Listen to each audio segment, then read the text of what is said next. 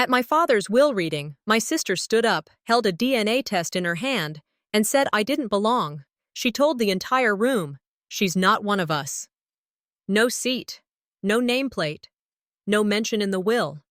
They erased me like I was never there.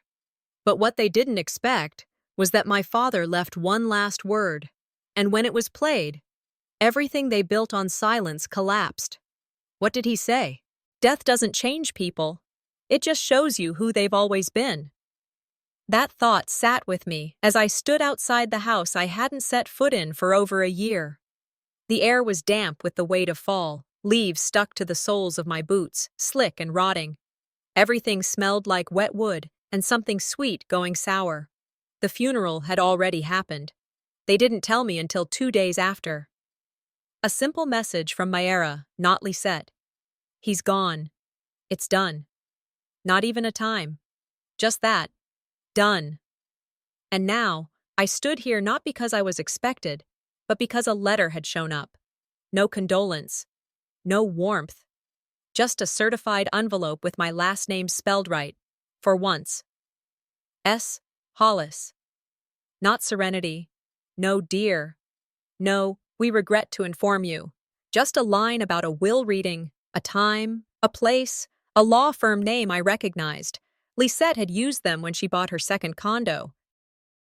I stood there on that porch longer than I should have, asking myself if showing up made me look desperate, or worse, hopeful. The glass door clicked behind me as I stepped into a room that didn't smell like morning. It smelled like leather and cherry wood and someone else's importance. Name?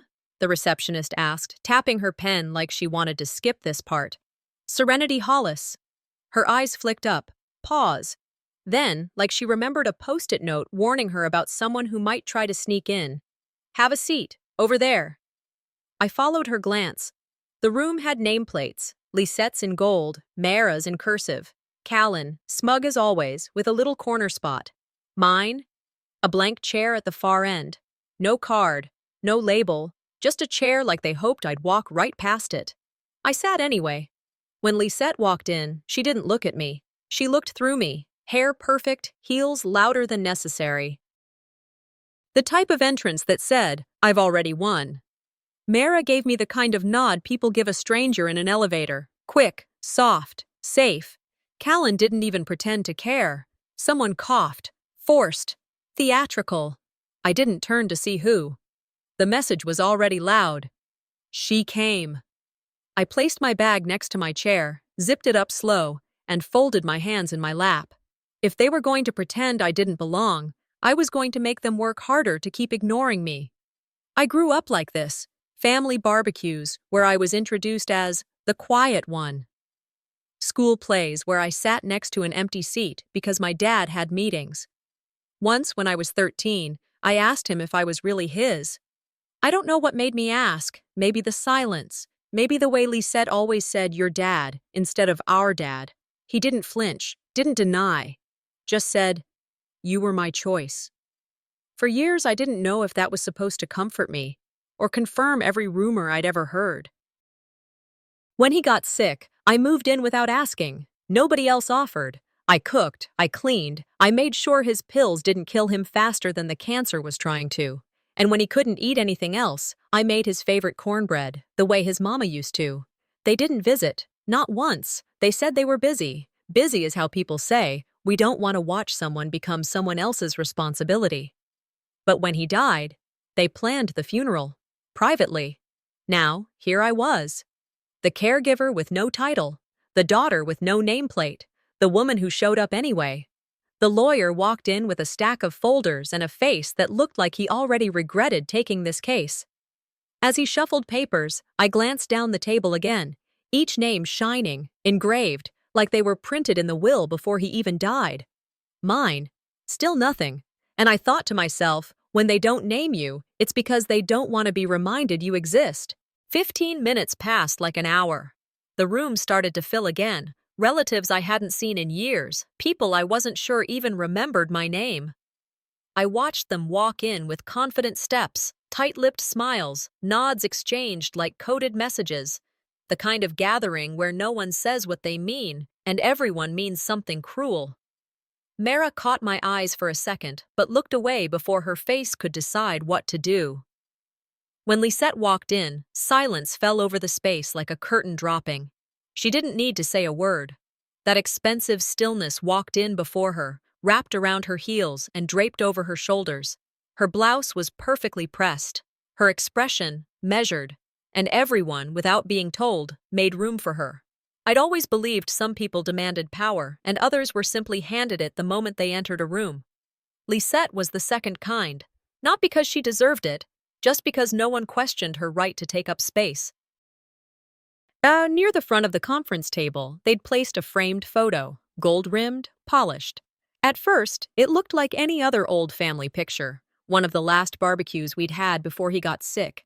I remembered standing to the side, holding the deviled eggs tray while Lisette made a toast. Except, in this picture, I wasn't holding anything. I wasn't standing anywhere. I wasn't there.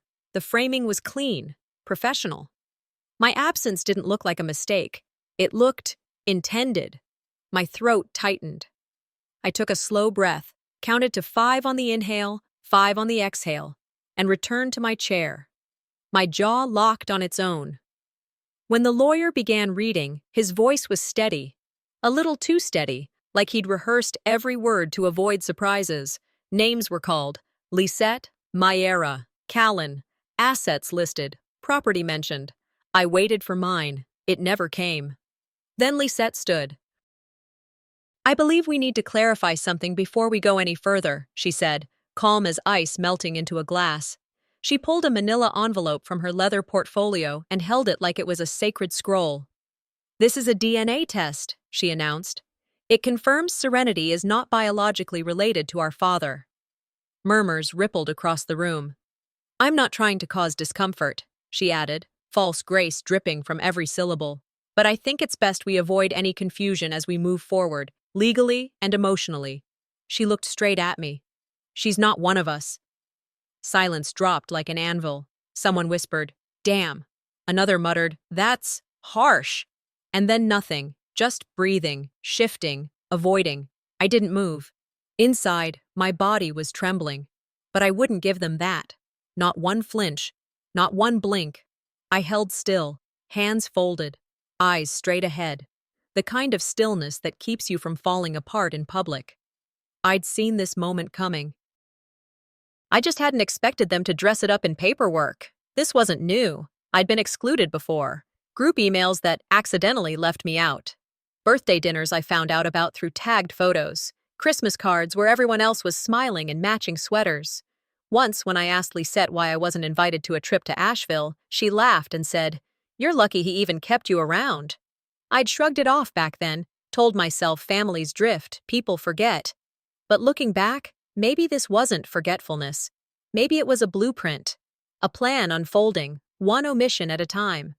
I thought of the nights I stayed up with my father, holding his hand through cold sweats, reading to him when he couldn't sleep, cooking bland meals he never finished. They didn't come. They didn't ask. I never demanded anything in return. I thought time would prove everything, that if I just stayed, quiet, present, they'd see. But now, I saw it differently. The photo. The DNA test. These weren't spontaneous. They were designed. Erasure, done properly, is neat, clinical, and they had years to prepare. I leaned forward slightly and whispered to myself, "If they think silence is weakness, they've forgotten who raised me." That voice inside me, the one I'd silenced for too long, got clearer. I didn't need to be acknowledged to be real. I didn't need to be named to exist. What mattered was that I showed up.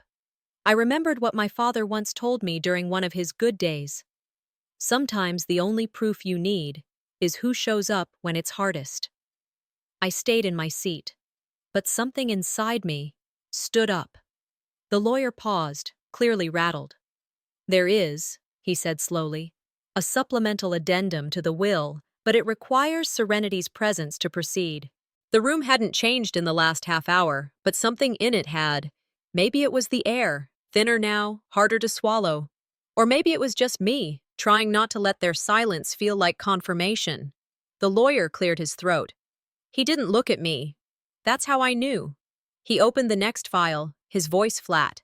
He read names like they were gospel: Lisette, Mara, Callan, their allocations, the condo in Savannah, the lake property, investment accounts, jewelry, antique rifles, old watches no one wore but everyone suddenly wanted. He never said my name. My chest tightened, but I didn't flinch, not on the outside. He moved on, detailing asset transfers, tax instructions, executor responsibilities. It all blurred. I heard the shape of the words, not the content, like a conversation in another room you're not invited to. Then someone near the back leaned in and whispered, not softly enough.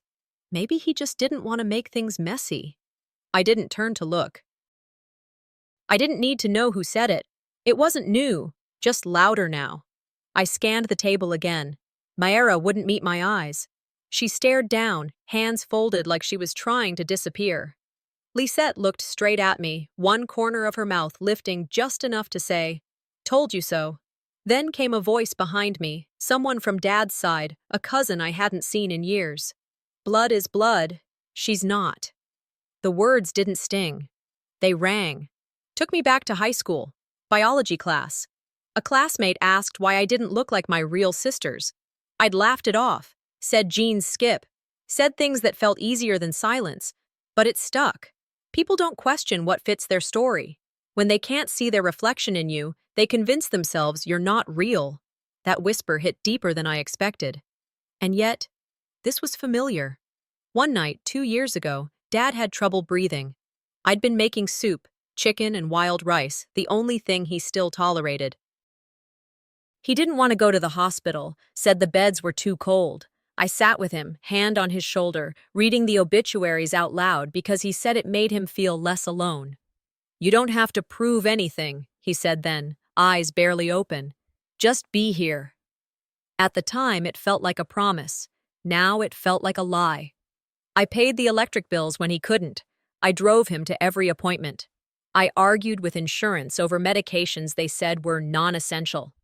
I watched his back curve more each month, held the bucket, changed the sheets, cleaned the blood.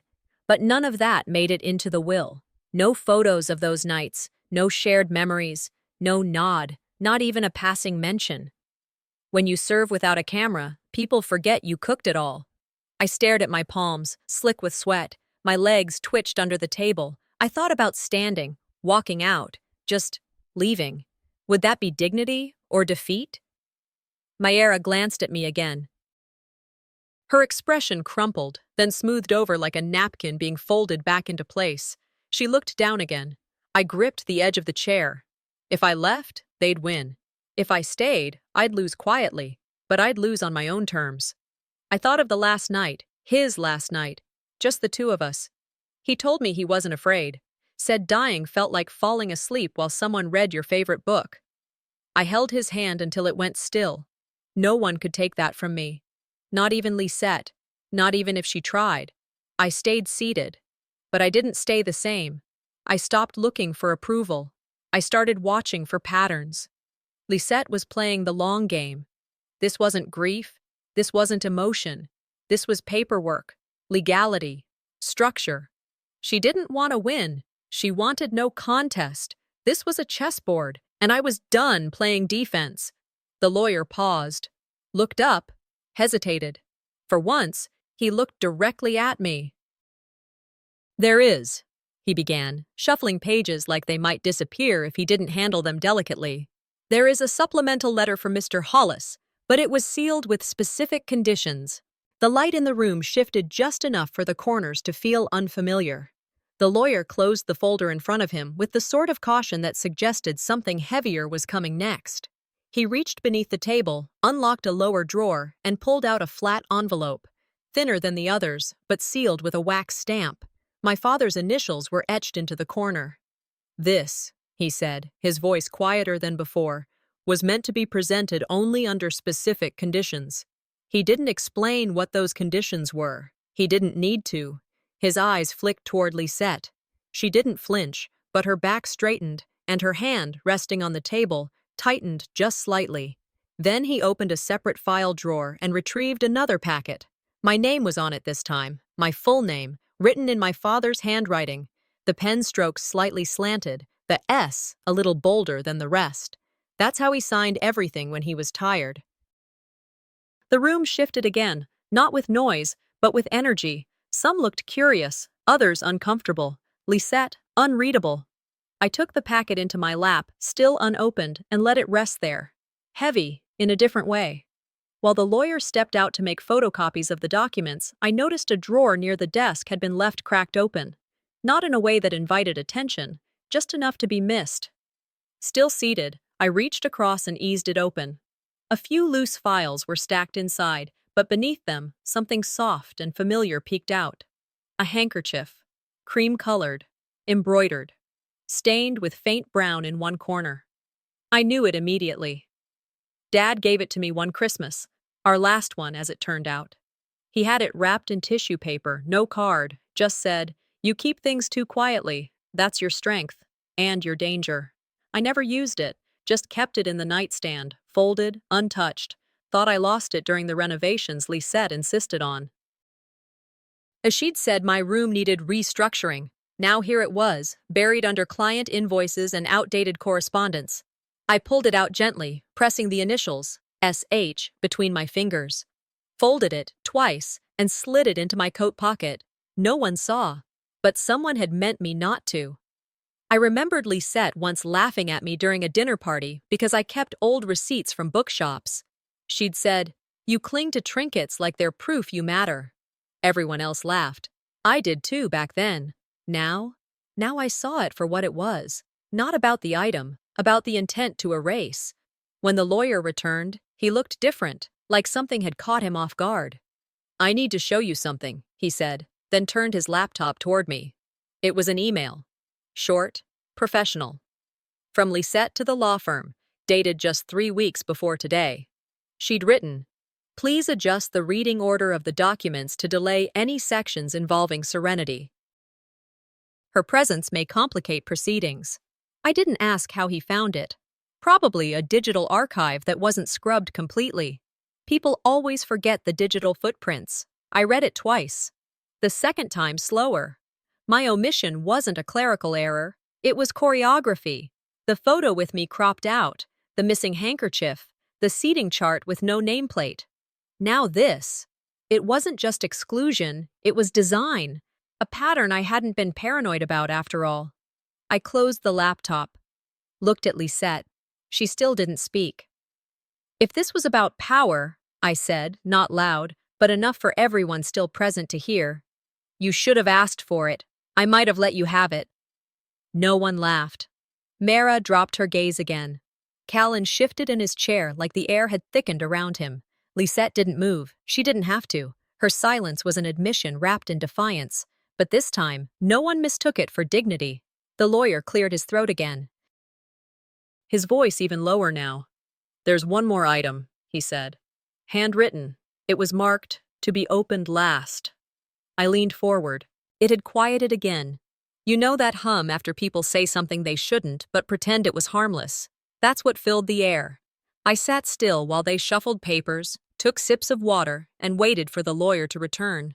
The kind of silence that masks discomfort by pretending to be casual. Then I heard it.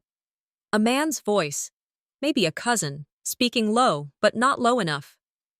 I mean, Lisette was always the only daughter, right? No bite to it, no smirk, just said like fact. That kind of line does more damage than yelling. It walks into your chest without knocking. I didn't flinch, just sat there, still, listing every damn thing I'd done that no one else would, holding our father's hand through chemo, cleaning his bathroom, making his soup, filling his pillbox alphabetically because the labels were too blurry for his eyes by the end. "Only daughter," he said. Words don't need fire when they've been repeated enough times. Repetition is a scalpel. It reshapes what people believe. I gripped the arm of my chair, then let go. I reached for my coat, not in a scene-stealing way, just done. My purse over my shoulder, coat folded over my arm. My steps light, but the weight in my chest was heavier than any bag. I didn't look at anyone, didn't need a goodbye. The hallway was cooler, wide, lined with photos of families I didn't know. Law firm partners posing in front of wood panels, smiling like their legacy was carved into the floors. I passed a portrait of a family, 3 siblings, all hugging their father. No one looked like they wanted to let go. Ours had been like that once, or so I thought. I reached the door, hand on the knob. The evening light outside was fading, gray and amber washing over the marble floors. A part of me whispered, maybe this is what dignity looks like. But something else in me refused to move. Behind the door, I heard my name again, not cruel, just tossed into conversation. Like a post-it note they weren't sure they needed anymore. That did it. My hand tightened around my purse strap. I turned back, not for defiance, for clarity. They were still writing the story. I couldn't let them write me out of it. When I stepped back inside the room, I didn't head toward my seat. I didn't say anything. I just noticed a drawer, slightly open. It hadn't been earlier. The curiosity felt uninvited but insistent. I walked over, opened it. Inside was a silver box, polished. My father's initials carved into the top in the same style he used for cufflinks. He had a thing for formality, even in the smallest details. I opened it. There, resting neatly, was the pen I gave him on his last birthday. For the man who never asked to be perfect, just present. I had that engraved myself. It was supposed to sit on his study desk forever. Why was it here? I turned the lid over. A sticker on the bottom read, L. at Hollis, Desk 3. Lisette's drawer. Taken. Cleaned up? Maybe. But that pen was personal. That box was a moment between me and him. Not notarized, not photographed, just real. And here it was, tucked away like it had no meaning. That stung deeper than the will. Papers can ignore you. But this was memory being hidden. Scraped off like a label someone didn't like the look of. I closed the box gently and kept it with me. Back in the hallway, I sat in one of the side chairs, alone. The kind of chair you only use when you don't want to go back in, but aren't ready to leave. My hands shook. What am I still doing here? I muttered, not to anyone in particular. A janitor walked by, gray beard, slow steps. He looked at me, nodded politely. They still in there fighting? He asked. I let out half a laugh. No, just winning where no one's watching. He chuckled and kept walking. And just like that, something inside me aligned. I wasn't here to prove anything. I was here to witness what they tried to bury. Even if nobody clapped, even if no one ever said my name out loud, I stayed. Then came a voice behind me. Miss Hollis? A young assistant held an envelope, sealed, smaller than the others. This was left by Mr. Hollis, he said. He said to give it to you, but only if you didn't leave early. The envelope was smaller than I expected. The assistant didn't say much, just handed it over like it might break in transit. I recognized the handwriting right away. My father's. Sharp, angled, careful, but worn. His S always leaned slightly to the left, like it was bowing to something invisible. It felt heavier than it looked. I held it in my lap while the room around me settled into quiet. The others were gone, just me, the lawyer, and the assistant, who lingered like he didn't want to leave this part to chance. I didn't open it right away. I ran my thumb along the edge, traced the wax seal. There was something final about it. Not legal, not binding, just real. This wasn't about courtrooms, it was about him, me. What never got said when he was alive, I asked for the room. The lawyer nodded and stepped out with the assistant. The envelope cracked gently as I opened it. Inside, 1 page, handwritten. Ink slightly faded, like it had been penned in the early hours when his hands weren't steady anymore. If you're reading this, it means you stayed. That was the first line. I stayed. He continued. That's who you are, Serenity. You stay. When it's uncomfortable, when it's inconvenient, when everyone else finds a reason not to, you stay. My throat tightened. I kept reading. I know they've made you question where you fit. You never should have had to, but you did.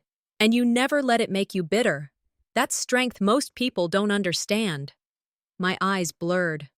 I watched you show up when no one else did. I watched you hold me together when I couldn't do it myself. I watched you give when it wasn't fair to ask. He paused in his own words. There was a blotch in the ink, like he'd hesitated. That's worth more than DNA. The last line simply read, "What mattered to me, what was mine to give, is now yours. Not because of birth. Because of presence." I held the letter to my chest. Not out of drama, out of necessity. I didn't cry like someone mourning. I cried like someone finally recognized. For the first time since he passed, I didn't feel like I was borrowing space in my own story. I whispered, "You remembered." My hands shook, but not from grief, from relief. This didn't change the paperwork. The court couldn't use it, the bank wouldn't honor it, but my spine stood straighter just holding it. I folded the letter, carefully, placed it back in the envelope, tucked it inside my coat. As I reached for my bag, the lawyer returned with something else in his hand, a single piece of paper.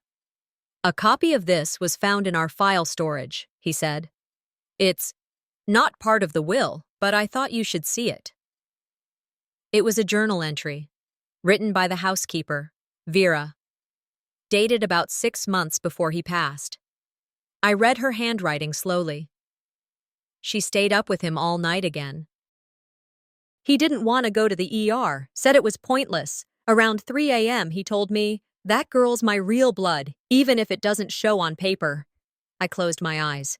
Some things don't need to be notarized to be true. Some love gets witnessed quietly. I folded the page and placed it beside his letter. No gold seal, no signatures, but real. When I returned to the boardroom, Lisette was still there, collecting her documents with all the grace of someone who thought she was untouched by consequence. I didn't interrupt her, didn't wave the letter in her face, didn't need to. I walked past her, calm, deliberate. She looked up.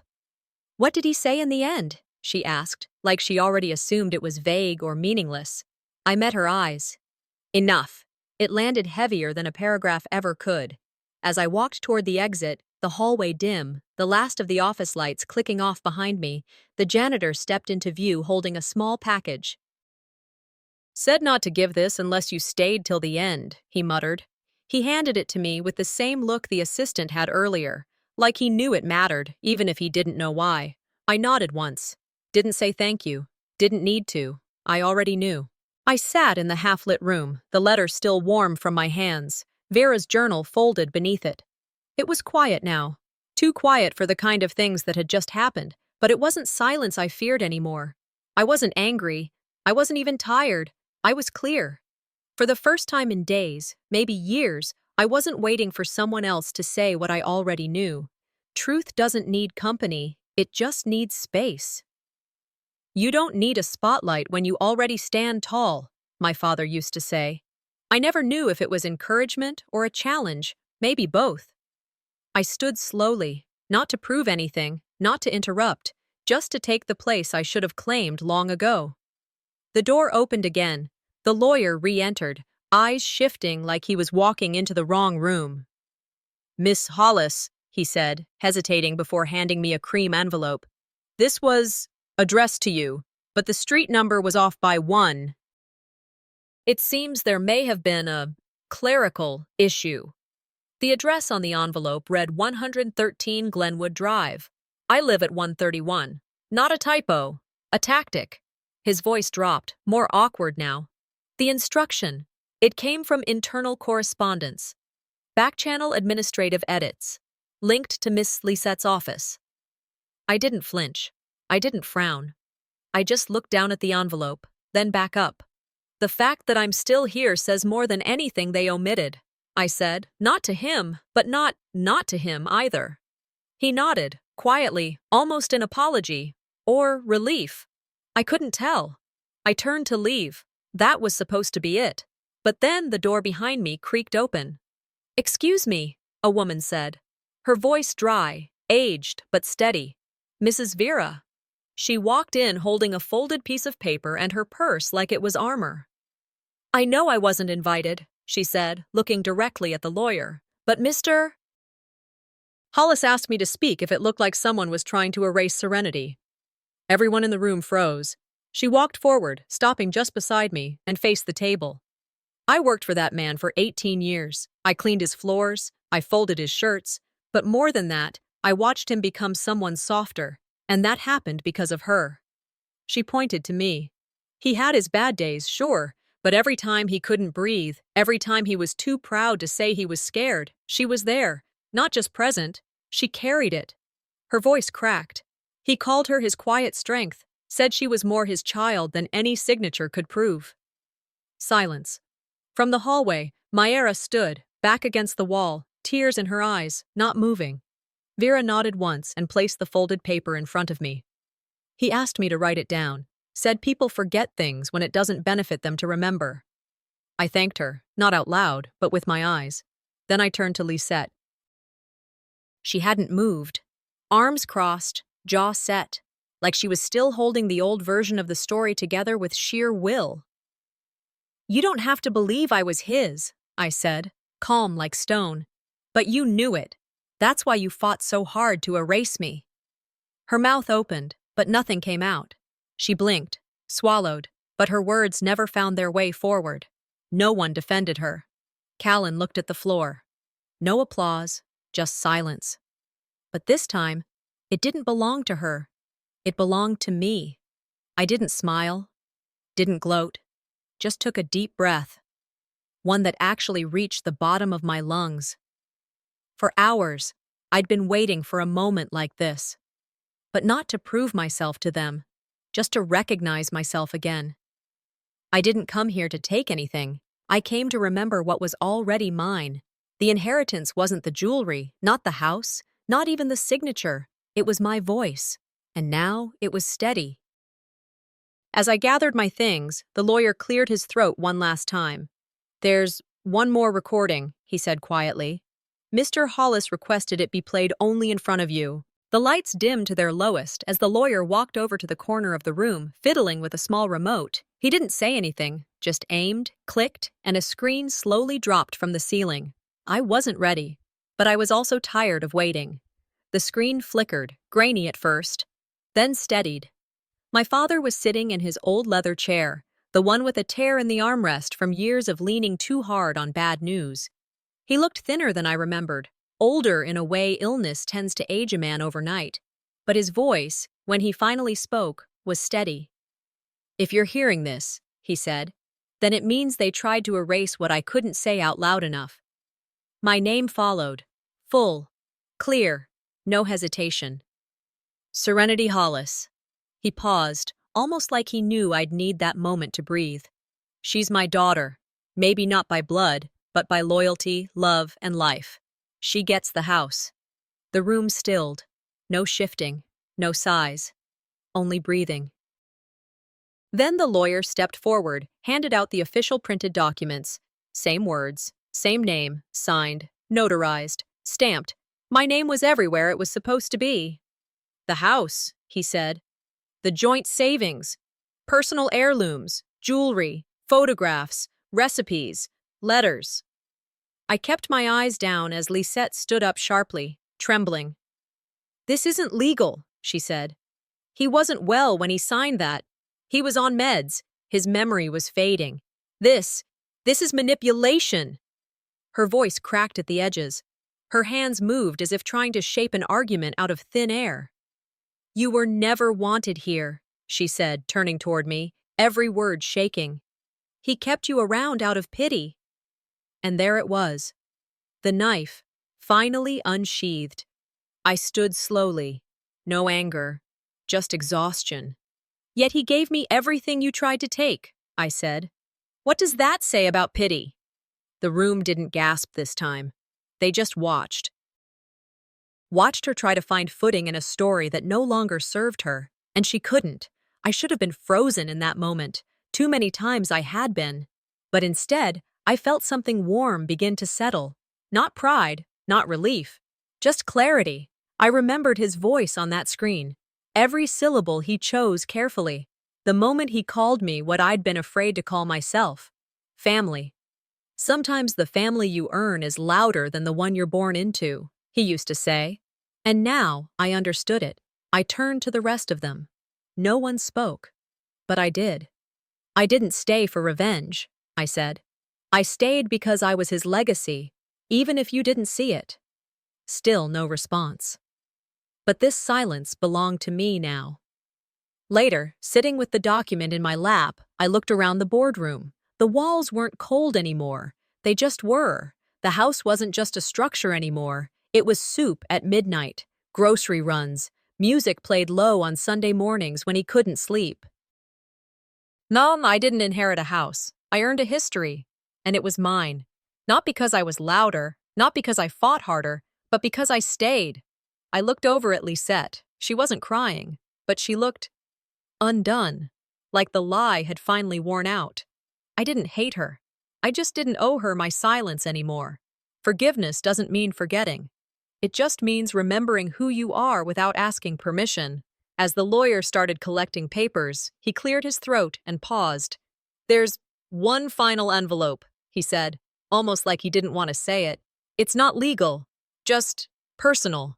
He said it was the most important thing of all. The next morning, I stood on the porch of the house that was now legally mine. The key turned just the same. The creak in the door was exactly where it had always been, but everything else felt altered. I stepped inside slowly. The air was still, not stale, just paused.